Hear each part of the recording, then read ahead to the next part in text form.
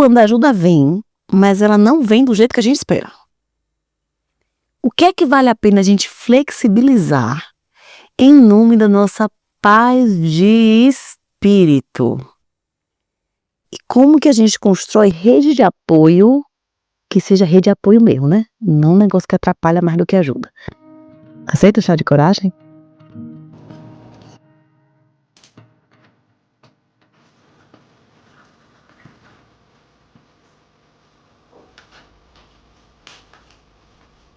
Ei, Elisama, tudo bem? Queria um conselho sobre a relação com a minha mãe. Como você diz, é sempre complicado porque o mundo todo naturaliza muitas violências sofridas dentro da família, né?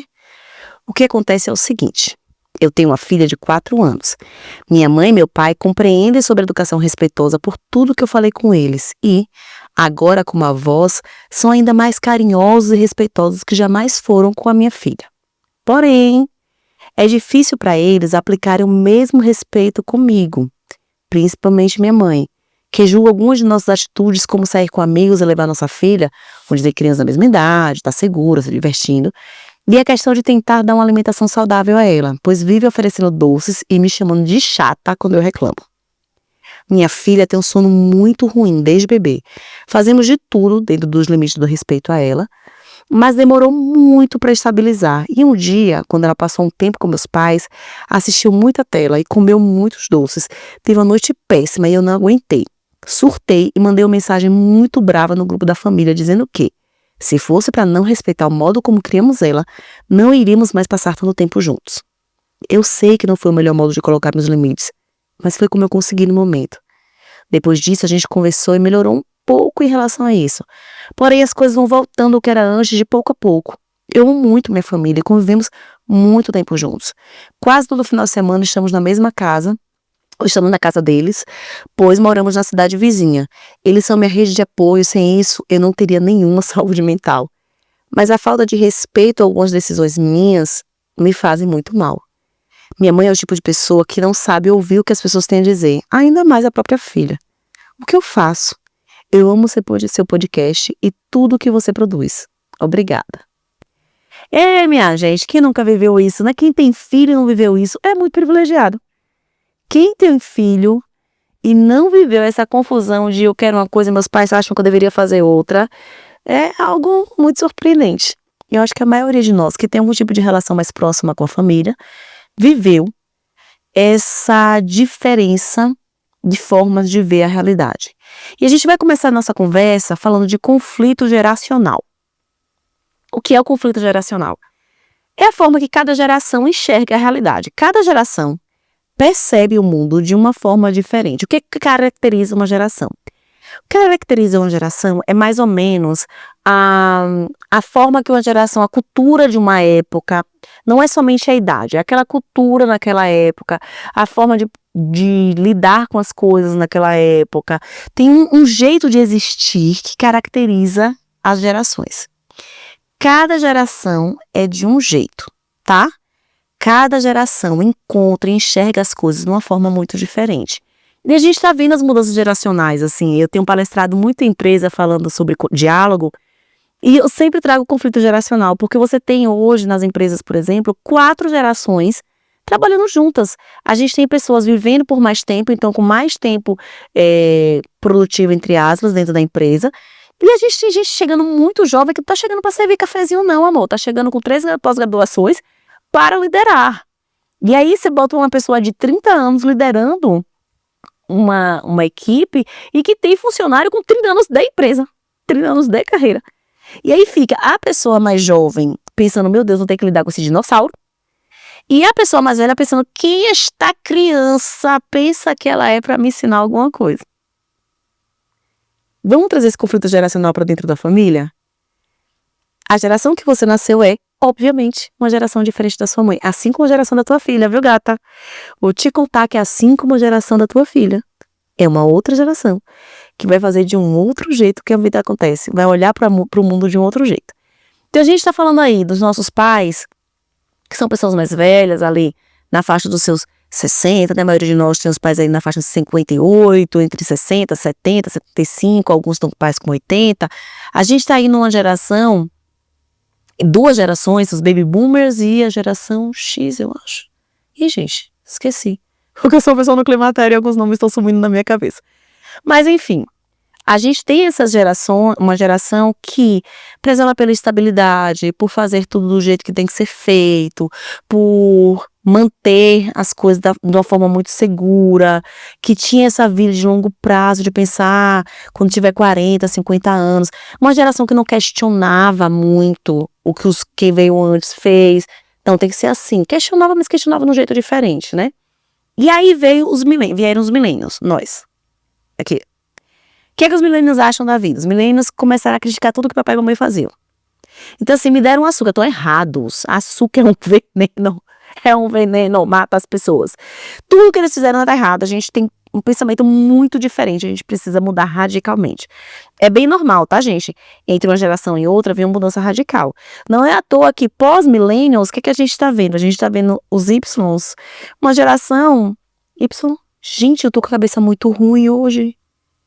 Mas enfim, a geração pós-millennials, a gente tá vendo essa geração que tá questionando nós millennials e que tá indo pro conservadorismo, que tá indo para ideias que se a gente olha e fala, não, mas não é possível que eles estão em céu, terra plana.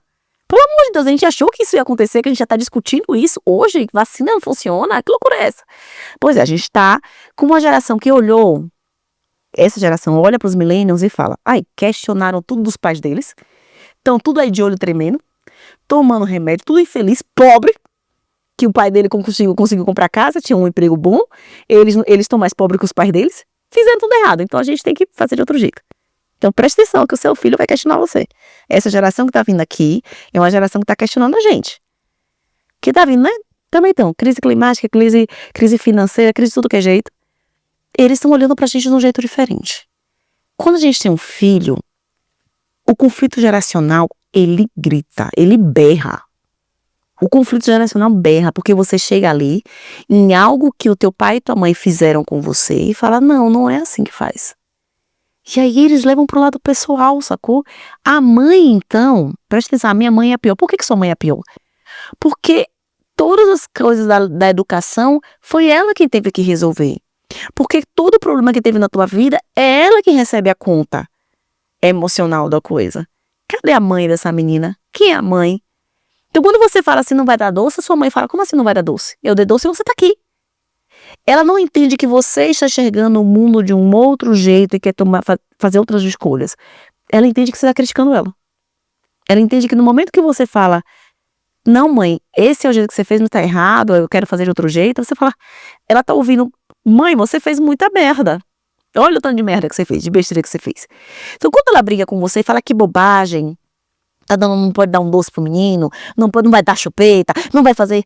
Ela não tá falando de você especificamente. Ela tá falando, é certo sim porque eu fiz e você não vai me dizer. Agora, nessa altura do campeonato, você é adulta, entendeu? Você é formada, você com tudo que você conquistou porque eu te dei, você não vai chegar agora, nessa altura do campeonato, e falar que eu fiz um monte de merda.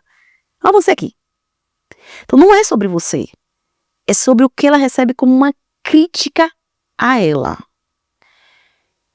Estou deixando isto claro, mas não estou aqui te dizendo aceita tudo que mamãe fala com você, tá bom? Porque mamãe tá fazendo melhor. Não estou te dizendo isso.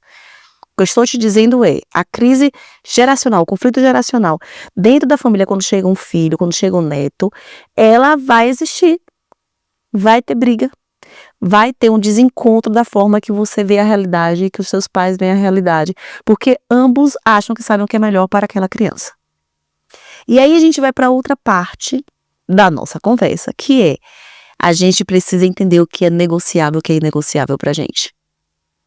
A gente precisa entender o que é que dá para flexibilizar em nome dessa ajuda, que não vai vir necessariamente do jeitinho que a gente quer, e o que é absolutamente inegociável. Isso aqui eu não vou conversar, isso aqui eu não vou abrir mão, isso aqui eu não vou mudar. Isso aqui precisa ser assim. Não dá para tudo ser negociável e não dá para tudo ser inegociável. Veja, você educar uma criança é muito difícil, viu? Educar uma criança é um trampo. Você educar todos os adultos ao redor dessa criança, toda a família, todo mundo para entender a importância da comida, da musiquinha. Amiga, você vai enlouquecer. Você vai pirar. Não dá pra educar todos os adultos, não dá pra você assumir a responsabilidade de educar todos os adultos que estão ao redor da criança. Não tem como. Sim, não vai acontecer. Então você precisa entender o que é o que eu brinco nas relações, assim, uma zona dançável na relação, que a gente aqui consegue negociar, e o que você fala, opa, mãe, aqui eu não negocio, não. Aqui é absurdo. Aqui não dá. O que é que dá pra você conversar com a tua mãe e o que é que dá pra você conversar depois com a criança? Porque olha só, a gente quando começa a pensar uma forma diferente de educar, a gente começa a procurar a escola que reforça tudo que tá junto com a gente, né? Tudo que pensa a vida muito parecida com a gente. Só que a criança tá no mundo, viu, amores?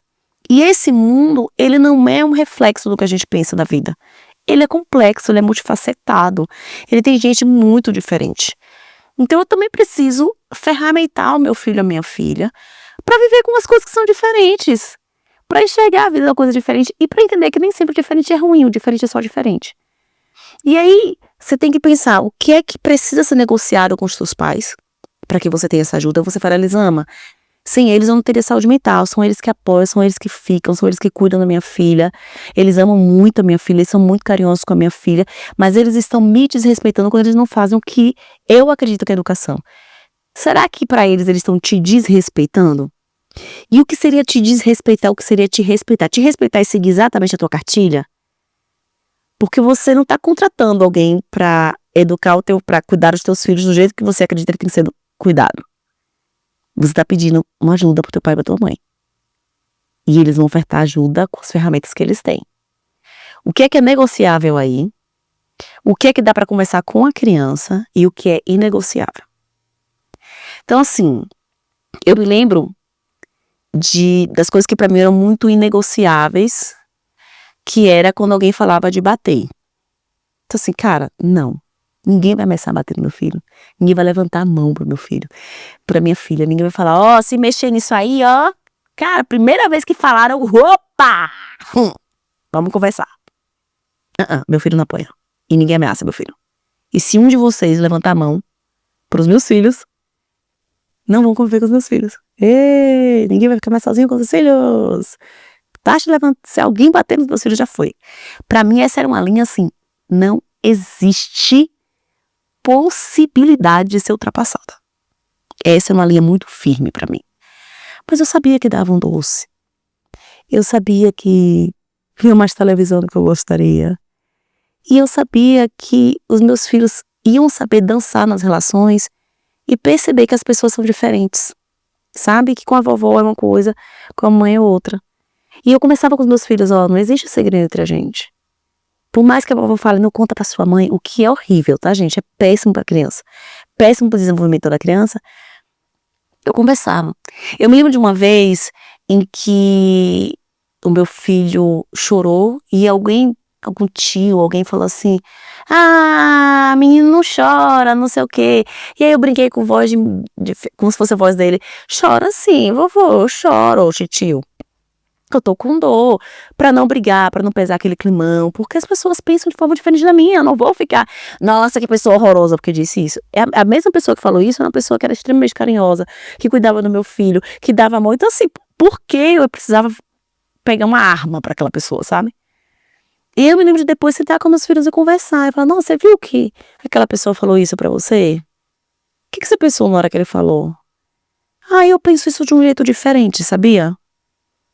Eu acho, e aí falar minha opinião, eu penso que aquela pessoa fala isso porque na época dela era assim, e a mamãe acredita que era uma forma diferente, porque, e aí fala, eu nunca falo, a sua avó, aquela louca, seu tio, aquele insano, você percebe que o jeito que a gente lida com essa diferença, ensina a criança a lidar com as diferenças no mundo, que o jeito que eu lido com a forma que a avó pensa e a minha mãe pensa que é diferente e que a gente pode respeitar aqui um caminho, a gente pode encontrar um meio termo aqui, e que o meu filho pode aprender a transitar, falar, nossa, a vovó pensa assim, estranho, né?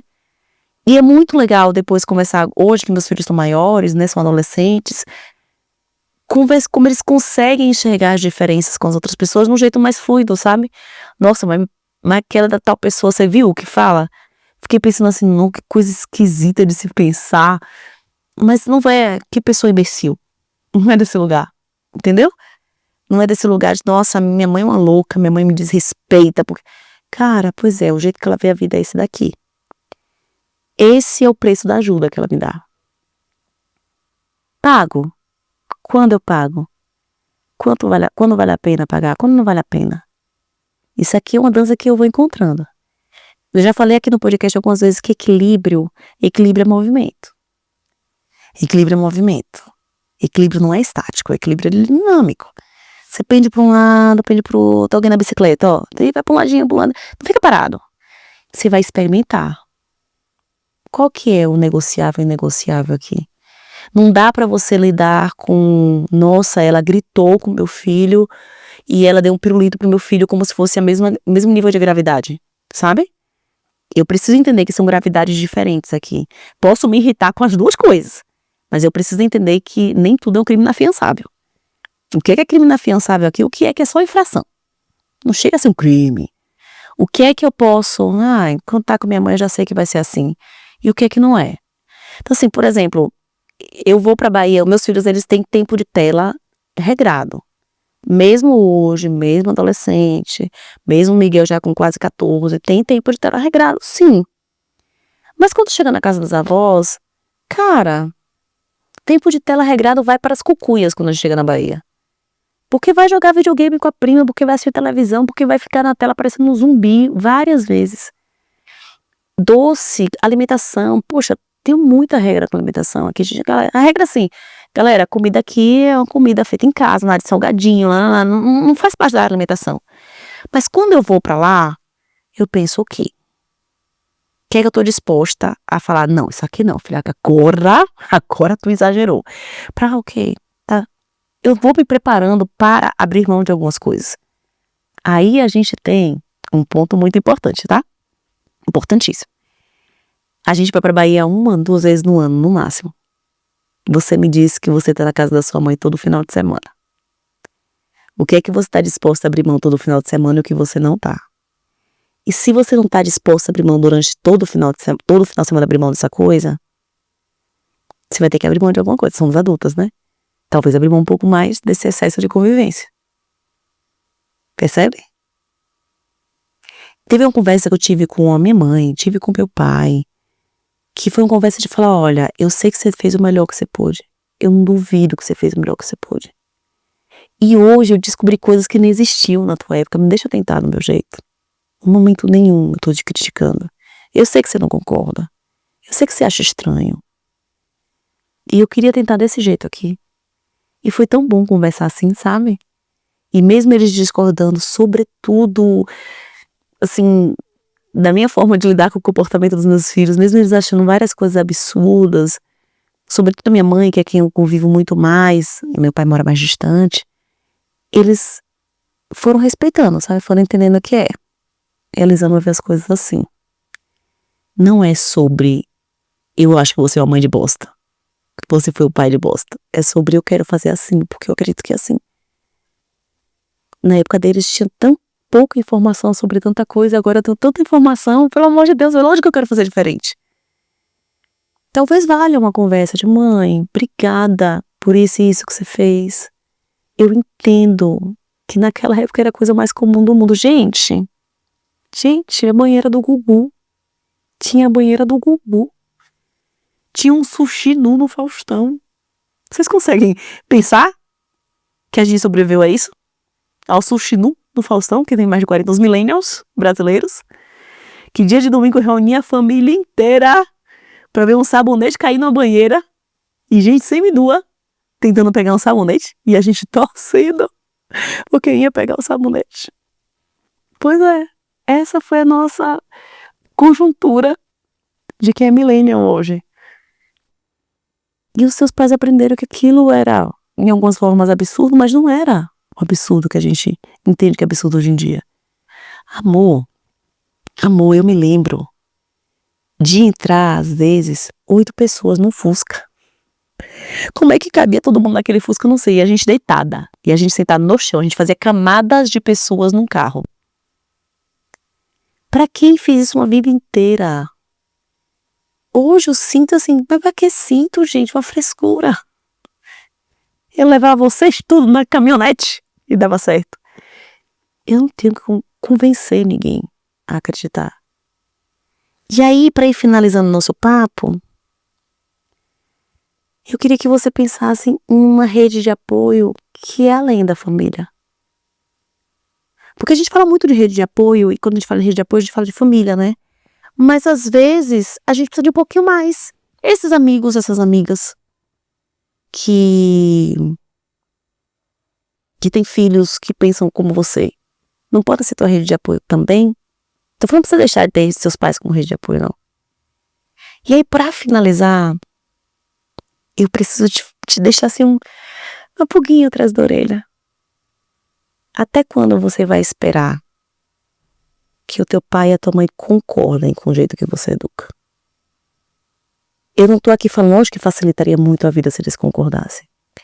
Mas onde tá o limite aí entre ela não me respeita, pra ela não ver o quanto eu me esforço, o quanto não me dá essa... Parabéns, filha, que mãe maravilhosa que você é. Você precisa que sua mãe reconheça que mãe maravilhosa você é. Porque normalmente a gente, com a nossa maternidade e paternidade, a gente quer mostrar pra eles que a gente é muito bom, porque a gente é filho, sabe? A gente é filho, a gente não quer. A gente não quer aquele elogio, aquele ai que orgulho de você. Talvez não venha. Talvez teus pais não tenham. Isso aí de não pode dar doce pra criança, talvez eles não tenham isso pra te dar. Amores, há algum tempo atrás, pediatra prescrevia leite condensado pro bebê engordar. Leite condensado. Aí agora você vai explicar que tem que amamentar exclusivo 6 meses. Você acha que a pessoa realmente tem que concordar contigo? Amor, Elisama, tem muita informação, eu sei que tem muita informação, mas tem informação pra tudo que é lado. E tem informação que a gente adquiriu, que tá calcificada na nossa cabeça. Vai com calma. Vai com calma. Deixa teus pais serem a voz do teu filho, da tua filha. Deixa eles. A gente vai aprendendo como é que a gente lida. Eu lembro na época que minha mãe teve câncer, a minha sogra foi meu maior apoio na vida. Minha sogra foi... Nossa, ela cuidou muito dos meus filhos por mim. Muito, muito, muito. Ela me deu muito suporte. E ela é altamente permissiva, minha gente. Ela é aquela de vovó aquela avó babona. Tipo assim, você dá limite, eu dou o que eles quiserem, né, vó? E esse era o preço daquela ajuda. E eles foram muito amados por ela, do jeito que ela tinha amor pra dar. Porque não tem só o meu jeito de dar amor. Entendeu? E gata, quando a gente saca, você fala, eles são amorosos, eles são cuidadosos. Não tô falando de avós que não cuidam, tô falando desse lugar aqui. Que eles não te ofertam cuidado do jeito que você queria. A gente saca que não é pessoal. A gente reclama que eles levam pro lado pessoal e a gente leva pro lado pessoal. Quando a gente saca que não é sobre isso, putz, convivência fica tão mais fácil. E ó, poder deixar as crianças com a avó e curtir é tão bom. Aproveita que você tem isso aí. E descobre os seus limites pra fazer isso funcionar sem te enlouquecer. E sem enlouquecer teus pais também. Tá bem? Um beijo. E se você gostou do episódio, joga no grupo da família. Esse vale. Diga aí se esse não vale pra você mandar pro seu pai e pra sua mãe. Vale, poxa. Manda aí, fala, mãe, vamos conversar depois? Sério, a torta de climão no grupo da família. Manda pra tua sogra. Manda pra todo mundo. Tá bom? Deixa teu comentário, teu coraçãozinho, né? Deixa aí teu joinha. Deixa aí o que você quiser deixar nos comentários. Desde que seja legal e respeitoso, tá bom? Faz favor. Porque eu vou ler. Posso não responder, mas eu leio tudo. Então você me respeite. Você me respeite. Você me trate com carinho. Que eu tô te tratando com carinho. Olha só. E é isso, meu amor. Você quer meu pitaco na tua história? Manda um e-mail, tá? Um beijo e até o próximo episódio.